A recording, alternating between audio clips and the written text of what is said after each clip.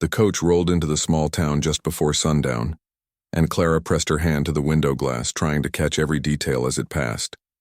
The main street was a ribbon of dust, and the wind pushed it along like it had somewhere to go.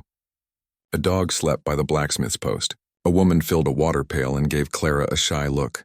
Men stood outside the general store with hats low over their eyes, speaking in quiet voices. Clara took it all in, the way a person listens to a new language. Everything felt simple and rough, and at the same time it felt like a test.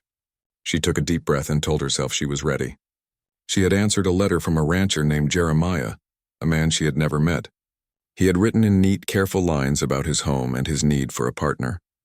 He had said he was steady and fair. He had talked about sunrises that made the fields look like seas of gold.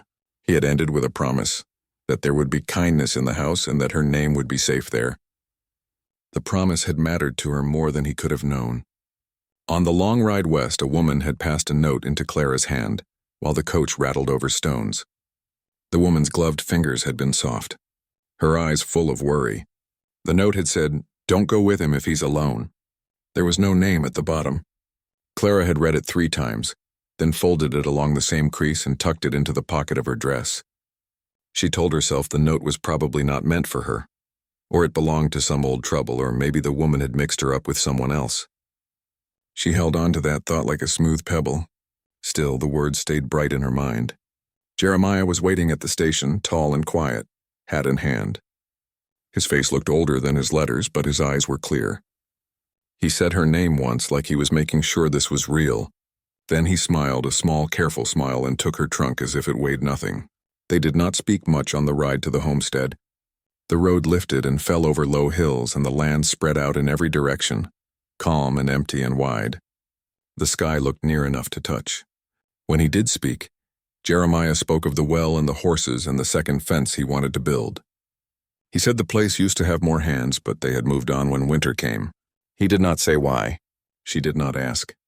The house sat by itself on a stretch of pale grass, with the barn a little way off and a line of cottonwoods marking the distance to a dry creek.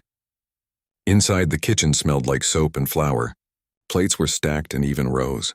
A small cross was carved in the wood over the door, and the marks were smooth from years of hands. Clara thought, this is a good sign. She stepped into the room that would be hers and set her gloves on the windowsill. Through the glass, the land was all light and quiet. She told herself she could learn to love a place like this if it would love her back. That first night, the wind picked up and pressed against the walls like a steady breath. Clara lay awake and listened to the house, counting heartbeats between steps of the wind. She thought of her parents in England, the last look on their faces when she left. She thought of the note, all sharp and plain in her pocket. Then she thought of Jeremiah's careful smile, and how he had set her trunk down like it was a promise. At last she slept. In the morning, Jeremiah poured coffee and spoke about chores. He asked if she liked the window in her room, and she said yes, very much. He gave her a small tour of the house, door by door. He paused by a door at the end of the hall and said it stuck sometimes, then moved on. Clara noticed a hair ribbon caught in a gap of the floorboards, a faint blue faded by sun. She felt a tug of curiosity. She let the ribbon be. The day settled into simple work. She learned the sound of the pump handle and the way the kettle sang. She walked to the barn at noon and watched the horses toss their heads. She learned how the light fell across the porch at mid-afternoon, and how long a loaf took to bake in the little iron oven. She learned Jeremiah's steps, which were slow and sure, and the way he went quiet when he was thinking. She also learned to read his pauses, which felt like blank pages in a book. Those pauses said, "Wait and see." On her third night, Clara woke to the low murmur of voices outside.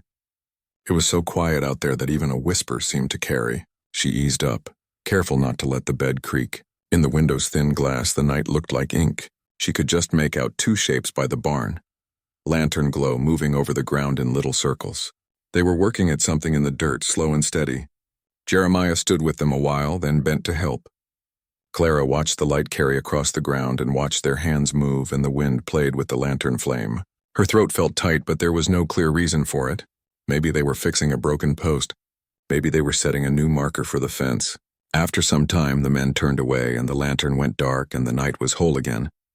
Clara lay back down and tried to sleep, but the image stayed with her. The small patch of light and hands working in the earth and the quiet. The next morning, she asked Jeremiah if the ranch hands had returned. He said no, not yet. He looked past her shoulder at the window and had one of those long pauses that felt like a message. Then he said, "There are always things to be done after dark out here." He said it in a calm voice.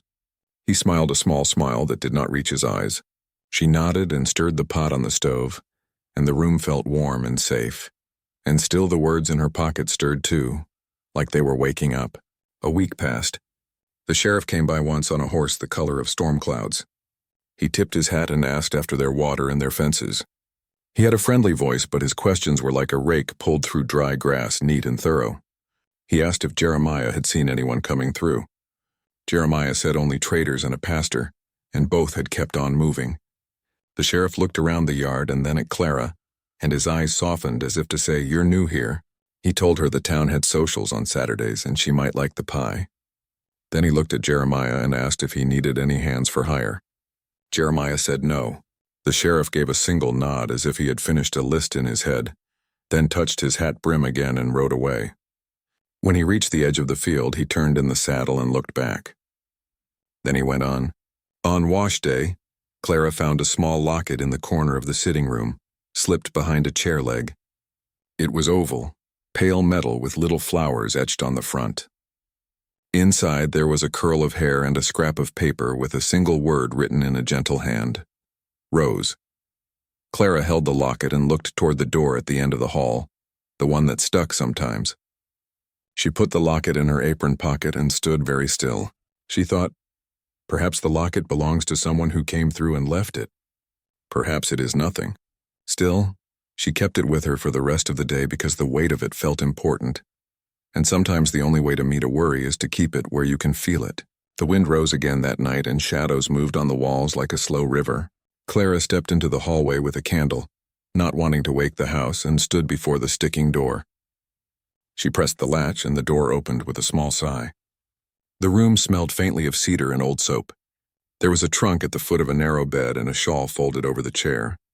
The shawl was in good order, not dusty. Someone had taken care to leave it neat. Clara lifted the trunk lid a few inches and saw bundles of papers tied with string, pieces of ribbon, a small book with a cracked spine, and folded fabric with tiny seed pearls sewn along the edge. It looked like someone's keepsakes waiting for careful hands.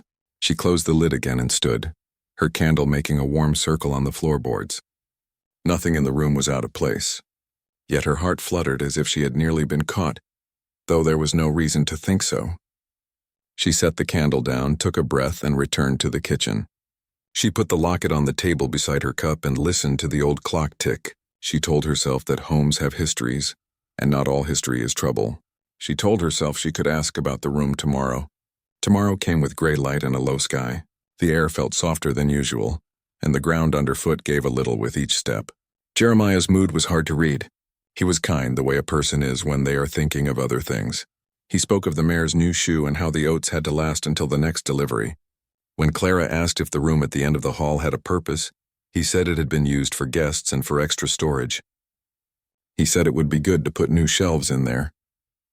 His voice had the warm tone of a plan. She wanted to believe him. Clara did not move when Jeremiah spoke. The room was quiet except for the last soft sound of rain on the roof. The stove gave a slow, steady glow that made the kitchen feel like the center of the world. Jeremiah stood by the table, hat in his hand, eyes on the floor as if choosing each word before it left his mouth. He had spoken in a calm voice, almost kind, and that calm surprised her. The words themselves had sounded heavy. She waited, hands folded in front of her, heartbeat even. If there was something to fear, fear would not help her understand it. If there was something to finish, she would learn what it was. After a pause that felt like the length of a mile, he pulled out a chair and sat. He set the hat brim down and turned it once, then twice, like he was winding a clock inside himself. "It is time to be honest," he said. "Time to put things in their place." Clara took a breath so quiet that it barely moved her shoulders. "All right," she said. Her voice was steady. She reminded herself that words, when spoken with care, could make a safe road where none had been. He lifted his eyes. "You have had questions," he said simply. "The door at the end of the hall. The locket. The nights outside." He gave a small nod. Not in apology, but in respect for the truth. I can tell you the whole of it. It should have been told sooner. She could have pressed him with a dozen small questions. She did not. Instead, she said, "I will listen." He leaned back as if the chair needed to know his weight before it would hold him. "There was someone before you," he said in a tone that held both warmth and sorrow. "Her name was Rose. She came here the way you did, with hope and courage. She was lively. She liked to hum while she swept, and she kept a little book of recipes she was learning. She made the same cake you made today and said it tasted like home." Clara thought of the locket in her apron, the gentle curve of the letters inside. Rose. The name held a soft light now, not a shadow. She took ill when the cold came early. Jeremiah went on. It was not sudden. It was slow. The doctor from 2 towns over came as often as he could. We did everything we knew and then a little more.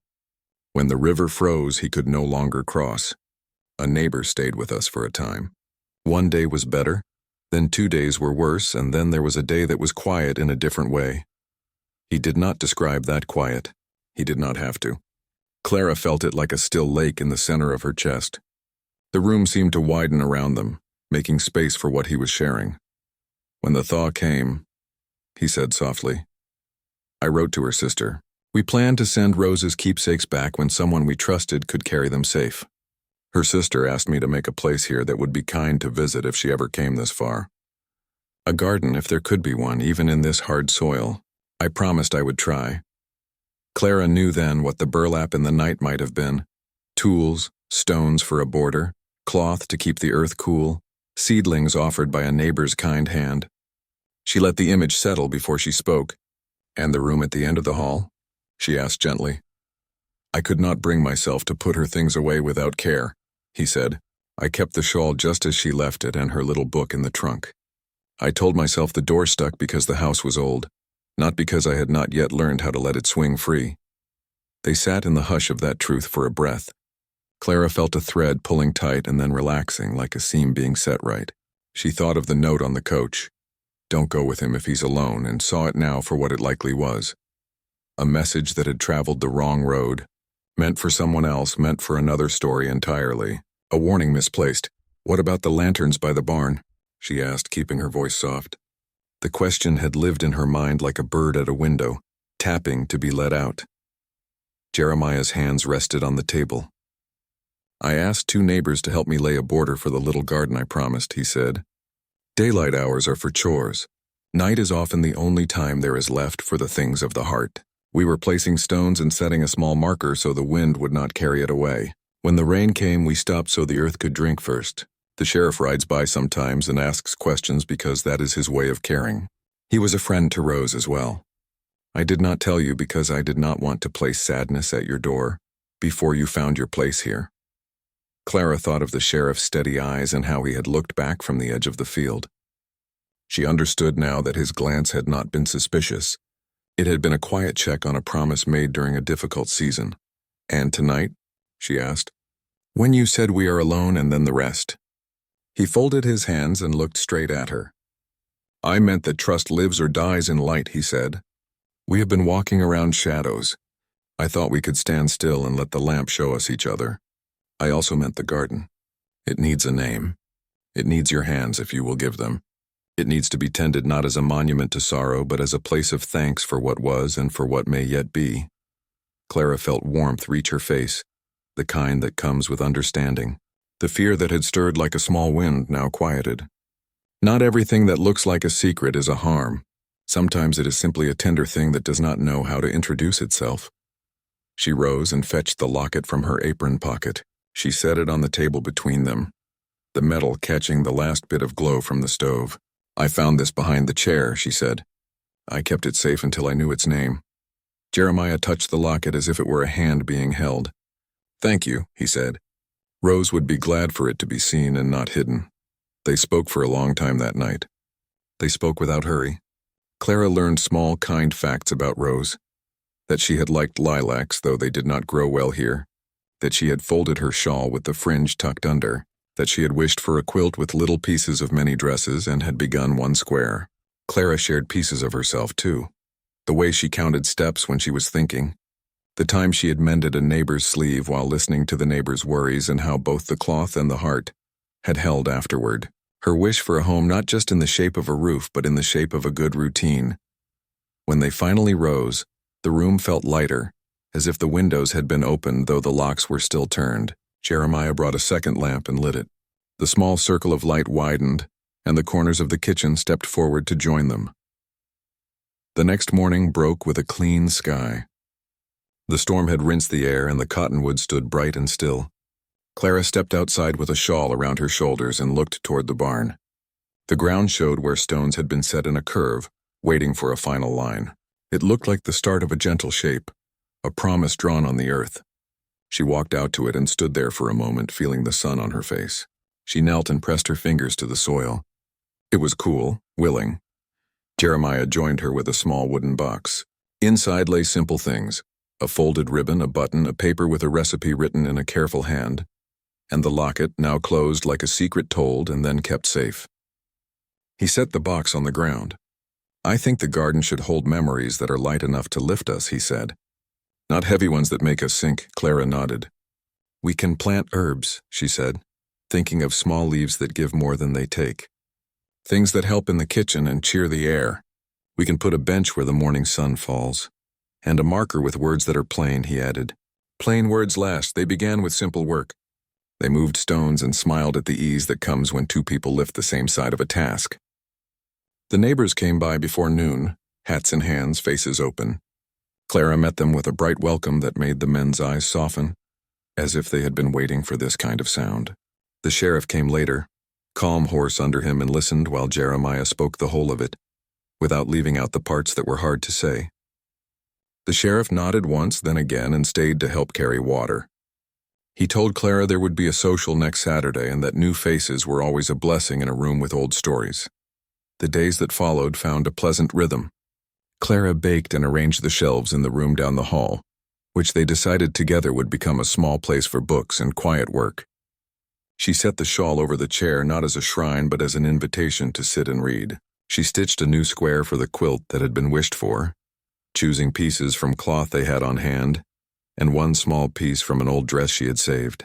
She worked on it in the golden hour, when the light across the table made everything look cared for. Jeremiah fixed the gate and then the pump handle. He put up a notice in town that he was hiring help for the season, and soon 2 young men came to learn the shape of a good day's work. Laughter began to live in the yard in brief, cheerful bursts. Clara found that she liked the sound. It felt like a small bell calling the hours.